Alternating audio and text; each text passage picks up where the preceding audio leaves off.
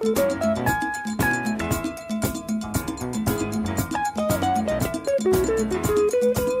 we've got a very brave man in studio here, and he is going to lay the picture out for us, Mr. Bishop. He's Rhondall Fields, the president of the Single Fathers Association of Trinidad and Tobago. You may have heard about them. Yes, I have. The primary purpose of this advocacy group is to raise national awareness in an attempt to put an end to the injustice to children who have been forcibly separated from their fathers. And we believe that if the court systems were more on a level playing field and women stood just as great a chance as men of losing custody of their kids, both parties would put aside their past personal issues and focus on the child's happiness. But we're taking it out of simply single fathers. Well, not totally out, but today we want to focus on an issue that Mr. Fields brought to attention on the Single Fathers Association Facebook page. And that's a case of where he's making a call and he's going to be lobbying to amend sections of the Sexual Offences Act where he thinks boys are clearly at a disadvantage. All right, and it is arising out of the rampant, alarming sexuality among teenagers and preteens in our school system. Boys are clearly at a disadvantage in light of this. And Mr. Bishop, he's here to discuss this topic with us. Thank you so much for joining us, man. Thanks for having me, man. It's good to have you here this morning. We're just going to deal with this first because the whole question of sex in school is an issue. It is an issue and a proper issue that anyone found under the age having sex, the perpetrator of the crime against them, because it is a crime, should be taken before the court. In the case of a minor, where minors having sex with minors, this is where we say, okay, let's examine this closely. Now, my understanding is, and correct me if I go awry, is that if a young lady has underage child has sex with an adult, then of course it's criminal. If a underage girl has sex with a underage boy, what is that? Well, that's a criminal offense as well. It's a criminal offense. According to the Sexual Offences Act. Good enough. And I just wanted to be sure of that. It is a criminal offense, understandably so. If an elder yet underage girl has sex with a younger underage boy, he's the one that will be charged according to the Sexual Offences. That's messed up. Very, very. Explain. And I know a lot of the defenses, a lot of people will come with that. There's the Child Protection 2012 Act that they want to table and pass, and I will defend it. But I mean, we have to look at the law as it currently stands. And right now, the way that it does stand, the offenses, they don't class it as rape. They class it as having sex with. So it's actually Chapter 1128 of the Sexual Offences Act, Section 6. It deals with any male, and that's where the main problem is. Section 6 and Section 7 deals with the male perpetrator. And what they say is any male that has sex. Section 6 says any male that has sex with a female under the age of 14. In other words, he commits an offense. And he commits an offense and is liable to life imprisonment. That is what it is. And yeah, people will say, well, a judge wouldn't send him to jail for that. But the thing is, he should never even be charged, or he should never even have to face the discretion of the judge at life imprisonment. And then Section 7 says that if the young lady is between 14 and 16, right, if she's reached 14 and between 14 and 16, he faces an imprisonment of 12 years, first offender, 15 years, second offender, right? That one has a sort of defense or protective clause that says if he believes that she was more than 14, or if he believes that she was or if he's 3 years older than her, then he has a defense, right? But as I say, it's still to the discretion of the judge. Then Section 8, first I thought when I read the two sections, I said, well, possibly they just had a wide definition of male, and possibly that is where the problem is, and that is why these boys in error will be in charge. But then when we get to Section 8, I see any female adult. So then I realize there's a discretion here with Section 8, where clearly they're protecting a girl from being arrested for having sex with a minor boy. So I said, I don't understand, why would you put any female adult here? Why would Parliament draft this way and not put any male adult for the minor boy in 6 and 7? And then I even looked at the punishment, the liability of the female adult, which was 5 years imprisonment. So what you're already saying is a 13-year-old boy, because any male means that any male that could have sexual intercourse. So any male that can have sexual intercourse with any female under the age of 14, let's say they're both 13, or the girl is 14 and he's 13, the liability is life imprisonment. And then we are saying that any adult female, which means definitely should be over 18, that has sex with a minor boy under 16, that's a sentence. her sentence is going to be 5. Her liability is 5 years imprisonment. So, to me, I really wonder if that was the truest intention of Parliament, because definitely this is a no way protecting young boys. I mean, this is consensual sex we're talking about here. This is not rape. At the end of the day, I believe they are both equally responsible. They both participated in the act. They both should be dealt with accordingly. And even so, I don't even know if the court is the right place to deal with it. Possibly some kind of counseling. I mean, community service. I mean, of course, we don't want to encourage minors having sex, and they must find somewhere. These are children experimenting, and we have to deal with it. Exactly, like we have to discipline them. But I mean, dragging them to court, and I mean, dragging the boy to court, because these boys, I would pretty much think, no matter what we call it, having sex or whatever, they're considered as rapists. And they might consider themselves as rapists, no matter how we try to butter it up and make it sound nicely. Because when I highlighted the issue, a mother contacted me with a son who's in the same scenario. He's 15, she's 14. She said his defense is really that the girl was the aggressor. She was younger, but more sexually active than him. And he is the one that he went and he had sex with her, but he got charged. But that's the part. Have you sought any legal opinion on this as to whether this is, because it baffles me that a 13-year-old can go and have sex arguably with an 8-year-old, and the 8-year-old is the one who is charged. Right. Once it gets performed, is they having any male there is what's causing that. Of course, as I said, they will litigate. The lawyers will litigate and put things forward to the judge, and then the judge at the end will have discretion. But the language here, it shouldn't be there. What I'm saying, it should have never been made in that way. Indeed. And I mean, the main fact that you could differentiate between any male and any female adult, it means you definitely knew that you had to differentiate from the male as well. And that's what's troubling to me. It's very troubling to me. I mean, every mother or father that has a son out there who was at the age that they could perform that sexual intercourse should be afraid and should stand up against it. And as I say, you would hear one or two people mention the 2012 Child Protection Act that's supposed to be passed. This is 2015. 3 years, nothing can pass yet. I mean, these boys were charged last week. So it means this week boys could be charged again. This is something that needs to be dealt with immediately. I mean, this is deplorable. I just wanted to add the circumstances of one of the cases that he's referring to, where police received a report that a teenager, and she is 13 years old, and a 13-year-old Form 1 student of the Pleasantville Secondary School left KFC in San Fernando and went to a friend's home where they both engaged in sexual intercourse. Family members of the girl received information and contacted the police, who went to the location where both students were held. But guess who was charged? The boy. The boy was charged. Because under the act, only the boy can be charged. All right. So that's it. So that's exactly what I'm saying. She could have been 15, he could have been 12. Under the act says any male. And so any male, no matter his age, he will be charged. He will be the one that will be held responsible under the way the act is written there. Criminalizing youth, putting them through the system, and the law clearly, I want to believe that was not the intent. But then I follow your thinking. Clearly, they differentiated in Section 8. They understand that there is a different bar here, but it did not apply to the young boys. It only applied to the girls. Right. The instance of a lot of young, and it doesn't justify anything. We said they are children. But the instance, I know, Charmin, you hold firmly that a lot of the young girls, children, are the aggressors in cases like that. That was a surprise to me. Yes, they are indeed the aggressors. And there are instances as well, and I've been drawing this reference all week, of a young girl, a teenage girl, possibly sexually active, involved with an older man. Right.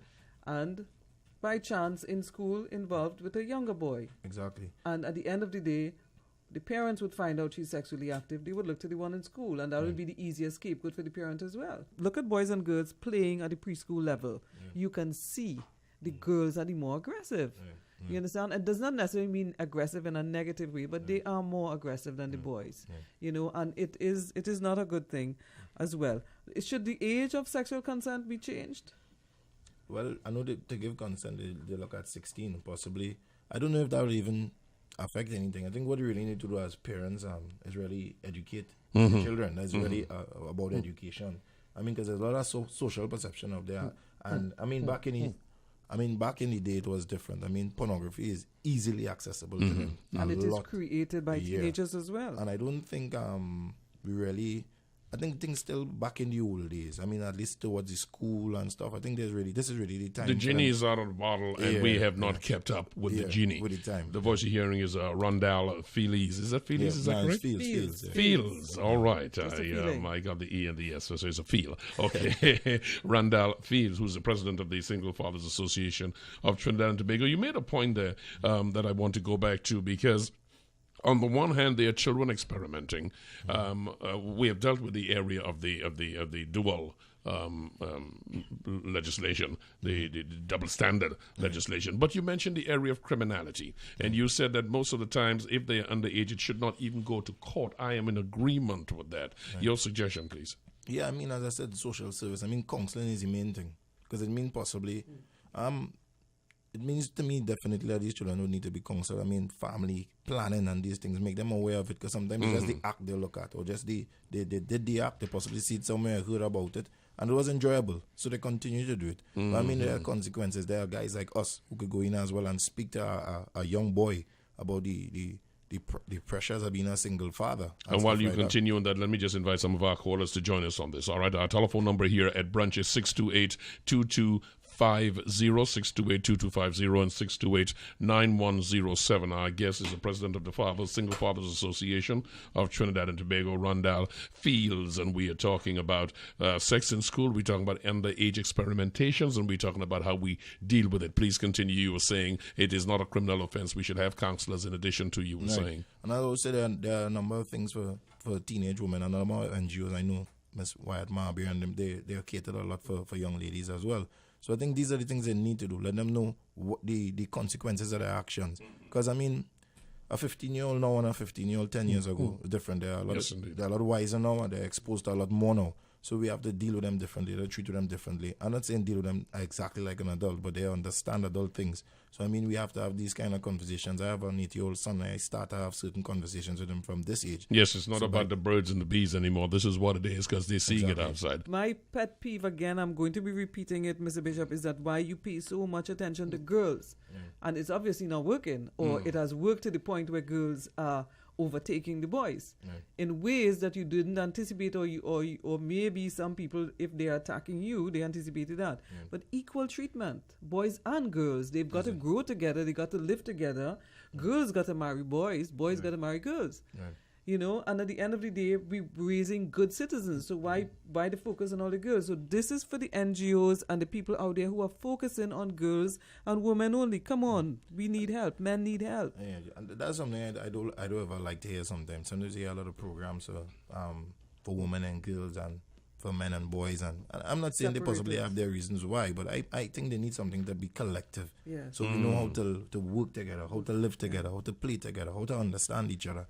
I mean, that's important. You're talking about you want these people to understand, the male to understand the females, because you intend, in other words, for procreation to continue, that they cohabitate well. And I mean, we don't really see that support again. I mean, everything is kind of like separated. Empower this one and empower that one. And then it's just going to be a tipping of the scales right through. And that's what I think we need to avoid. We're going to see, sometimes we say we're fighting for gender equality, but sometimes I think there's gender superiority on both sides. And a statement I made on the Facebook page, and as I said, I came under some fire of it. I said, I don't like to be classified as a male activist.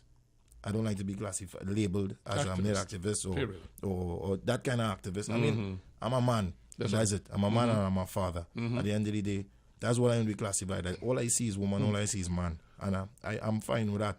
And my profession, I'm the vice president of the Foreign Use Association, Motor Vehicle Association. My profession is in foreign use automobiles, and that's basically it. But I was a man that lost his son, and I felt like if it was similar, I would imagine like as if he had died. Yes, and I just couldn't stand for that. And to me, the reason why I say what I do, I think a doubles man could have done the same thing, a fisherman could have done the same thing, the parlour man could have done the same thing. It's nothing about academic or had to be a doctor or have a PhD or something. I just stood up for something that I believed And I knew had to be the right thing to stand up for. I admire your humility in this area. Rhondall feels it's a good opportunity for us to tell our listeners about your organization, how long formed, how can folks join, participate, and give me some of those numbers, particularly in the area of the sexuality in school we spoke about, and some places where parents can reach out to. So I just handed you three things. The first one I want to find out is about your organization. Then secondly, how folks can get involved in it. All right. Well, we started in 2012, actually. I know people see the way the ball is rolling, they think it's a long while before that. It actually started, as I said, with the same experience that I had personally. I mean, I couldn't comprehend not being involved. I couldn't comprehend that a father that wanted to be interested in it, that wanted to be involved in his kid's life, would have the precedent of 4 days a month. I mean, I've heard for my entire life, society always say, stand up men, be good fathers, don't leave the home. And then the system is actually giving you 4 days a month with your child. That's like, but yet you pay half or 3/4 or all the bills on the next end. I mean, there are a lot of injustices, and I just couldn't stand up for that because, I mean, it's a single mother actually who taught me by stand up for the right thing, no matter what it is. And that's where we started on that. We went out on the television, and then a number of guys keep coming in, and people have just been coming in. I mean, I was telling one of the outreach officers today, we really have to be in a really bad state in Trinidad and Tobago for me every single day to receive 2 and 3 and 4 calls from a new father saying that he has a problem. It means something is critically wrong. It means marriages are being dissolved. It means people are not even getting married again. It means relationships are being destroyed. Anytime he calls and he says, I'm a single father. And I'm saying that we don't champion single fatherhood like you hear they're championing single motherhood as if it's better than the nuclear family. We appreciate the nuclear family and what it is. That's what the child wants. But what we are saying, if nothing else, there's a reality here. If nothing else, well then, in other words, you all still try to co-parent. In other words, if you can't have that intimate relationship, at least form a partnership. And one thing I'd realize when most people call me, because a lot of mothers call as well, 3/4 of the times the issues or the problems they're having is not that the father doesn't like the child or the mother doesn't like the child. It's always something personally between themselves. Something that they are upset. He didn't do this when you were together, or he walked out, or she walked out, or she used to go and meet this one here. It's always a personal problems that extends and affects the relationship with one of the parents with the child. So a lot of our listeners listening this morning, and they want to get involved with your organization. They want to join up with you, offer some expertise, or do whatever they can, or even come into meetings of the organization. Tell them how they can do that. Right. Well, you could. The easiest place to get us is on Facebook, because the Facebook group is highly interactive. I encourage anyone that wants to really get involved. You go down there, look for Single Fathers Association Trinidad and Tobago. We'll join you on. The contact numbers I gave before for the outreach officers, 684-1704, 347-3013. You contact them, you go down to meet the outreach officers at their offices. And I mean, these guys use their personal offices as offices for Single Fathers Association, because we have no sponsor. This is something that we do on volunteer. I mean, the way we've kept it rolling, it's just dads doing stuff because they realize we need to help other dads through their stuff as well. I mean, it's been therapeutic even for us to go through our ordeal by helping others get involved as well. The catharsis can do that to you sometimes. 3 or 4 calls you say you get a day. Yeah. Primarily, what are those calls about, Rhondall? Parent alienation, dads not getting to see the children, or going to the police station and trying to get access to their kids. They're not going to, you have a court order, they're not going to go to execute. So do you work with organizations, for instance, and I know you don't like the separation of the sexes, but do you work with organizations, for instance, who will tell the young mothers that this is not the way you go about, because this is the damage you're doing to your child? I mean, do you work with organizations on the other side? Honestly, we've never met an organization that was willing to make a bolder statement as that. And that's a serious problem. We've never, and that's the things we try to highlight. We're saying, if you're saying that support us, that you support us, then this is something that is critical for you to do. What we would get is a number of grandmothers in the association. And what they do, a number of them have always told us that, you know what I see going on to my son? It reminds me of what I did to his father. And now I understand what I did to his father because I see my son do it. So I try to explain to mothers, why fight men when you're growing a boy? Your boy will grow into a man, definitely. Exactly. And the things that we fight for is to try to make things better for him. Because next 20 years, you don't know if he's going to be in this position. I thought my mother knew I would be in this position as well. So I think it's something that mothers, particularly of sons, need to be very, very wary about. They need to know that it's a fair playing field. Because even my mother, in other words, is alienated from her grandchild. she doesn't have the chance to have that with my entire extended family. And this is exactly what the issue is. So even if you're a mother now of a son, you don't want that to happen when he gets older. Of course, you don't want him to end up in a failed relationship. But you must know that the balance is there. I think mothers should be upset, even also what we highlighted first with this whole issue about the boy being penalized and the girl's just going to walk scotch-free. I mean, we're not protecting boys, and sometimes as parents, we're not even protecting our own sons because we're protecting ourselves more than we're protecting them. And if there's a women's group, a girls' group, or any kind of group that is willing to break the barriers and work with the Single Fathers Association of Trinidad and Tobago on their cause, the mic will be open to you. Call us at 628-6044. You want to be on the program, and let's start and get this discussion going. Clearly, the Single Fathers Association, they need help. Come to a wonderful wrap-up with our current guest, Rhondall Fields, president of the Single Fathers Association, Trinidad and Tobago. Rhondall, in the minute we have, what would your advice be for parents, fathers particularly, to understand that they need to keep as much as possible the tension and the egos out of the relationship with their ex or their estranged because of what it does to the children? You made the point, it does affect them. We understand that, and I'm glad you made the point. What kind of advice can you give them? Yeah, well, the advice I'll give, to both parents. Let's really try to co-parent. Let's try to partner. Let's try to work in the benefit of the children. That's all we could do. Parenting is such an important aspect of life. The way we raise these kids, they're going to go out in society. They're going to be, a child will ever be born a criminal, I always say. So however we raise them, this is what they're going to become. So let's really take that seriously. Parenting is a serious part of life. Truly appreciate it.